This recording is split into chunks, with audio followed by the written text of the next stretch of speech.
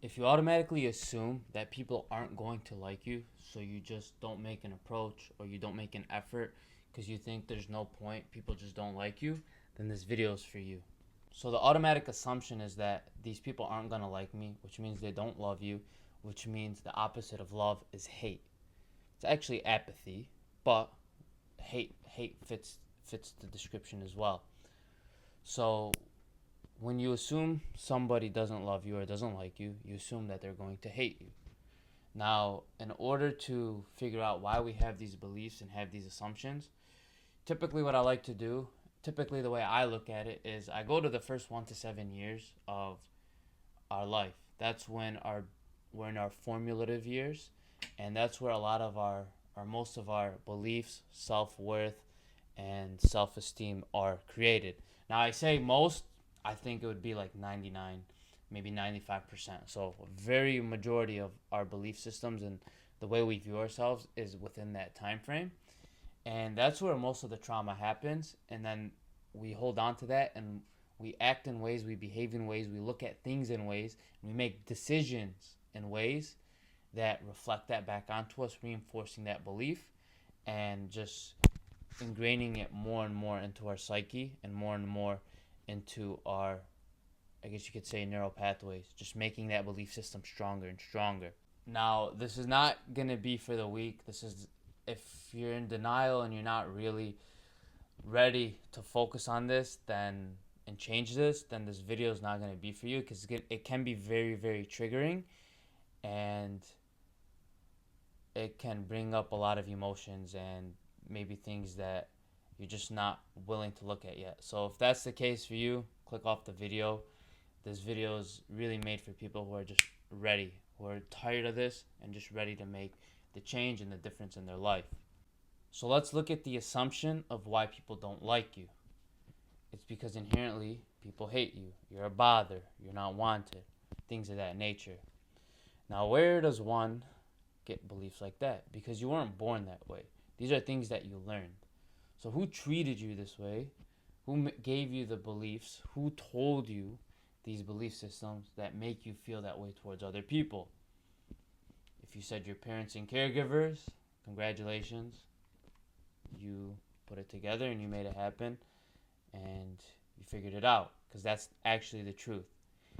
If your parents told you there's a part of you that they hate, that's not worthy of love, and that they're going to abandon you for having or expressing that, what is the kid who is afraid and who's afraid of being abandoned and who needs their parents' love to survive going to think about themselves in that perspective? Well, they're going to believe that my parents hate this and my parents have to be right, because if they're not right, if their decision making isn't right, then it's going to lead to my death. So you almost look at your parents as a god, and if they hate a certain part of you and that certain part of you stops you from being loved, which affects your safety and your ability to survive, so you don't put it on your parents, you put it on yourself. Sorry, I got a call. So back to what I was saying. If your parents are projecting that onto you, you can't say, oh, my parents are infallible or are not infallible and my parents can make mistakes, or my parents are projecting. You don't think like that as a kid. You're like, something is inherently wrong with me. There's a part of myself that is not lovable. So what you do is you compartmentalize it and you put it away.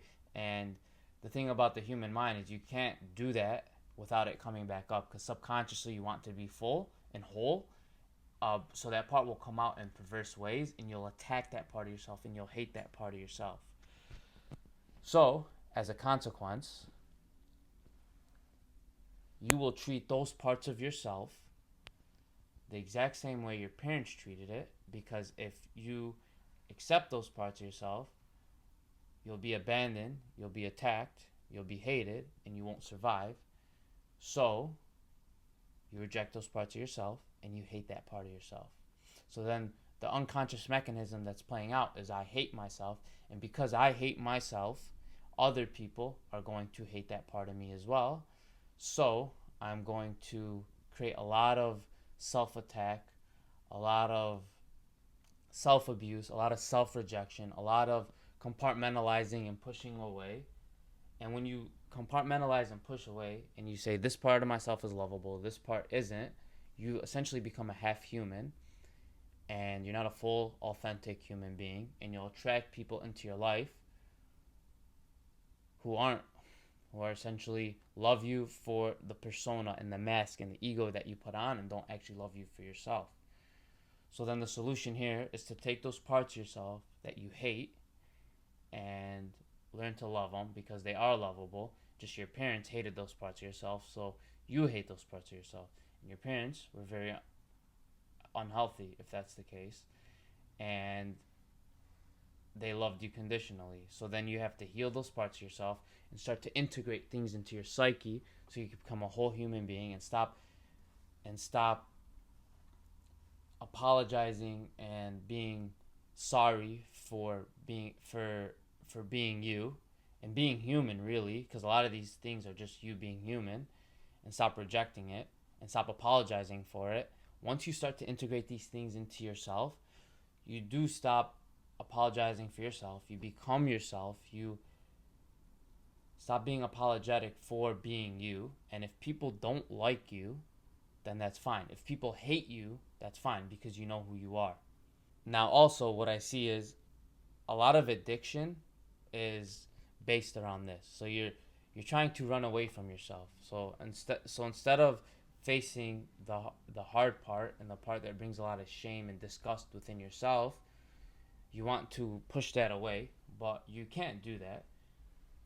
You can't do that successfully unless you're chasing something else. And that, it's, when I say successfully, it's very limited. It'll always catch up to you.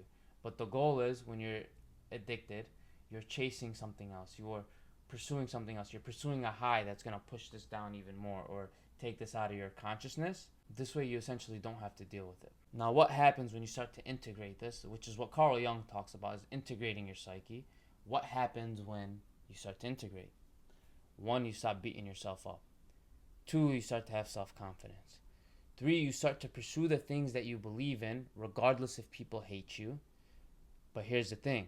Once you start doing that, people who are going to love you for you and are aligned with your belief system and love you for your authenticity are going to start coming into your sphere and start to becoming friends with. So you're going to make you stronger and more confident. You're going to stop running away from your psyche and the parts of yourself that you're trying to reject. You're going to start loving yourself more, and you're going to start creating a lot of abundance, and you're going to be more penetrative. You're going to be more unapologetic towards the things that you want, and the rejections and the fear of abandonment that turned you away from course, or that made you pull yourself back in and made you abandon your perspectives and your goals because you're afraid people were going to hate you, are no longer going to affect you, and you're going to pierce through the bullshit. You're going to pierce through the self-hate, and as a consequence, you're going to get your goals done. You're going to start making more money. You're going to start living a more happy and fulfilled life, and you're going to stop being run by fear of abandonment, fear of rejection, and you're going to start owning it. You're going to be stronger. You're going to be a leader, and you're going to build a strong mental fortitude to build the life that you want, and start to become more happy, more loving, and more joyous as a consequence. Now, hopefully this video is helpful for you. If it was, leave a like and follow for more content like this.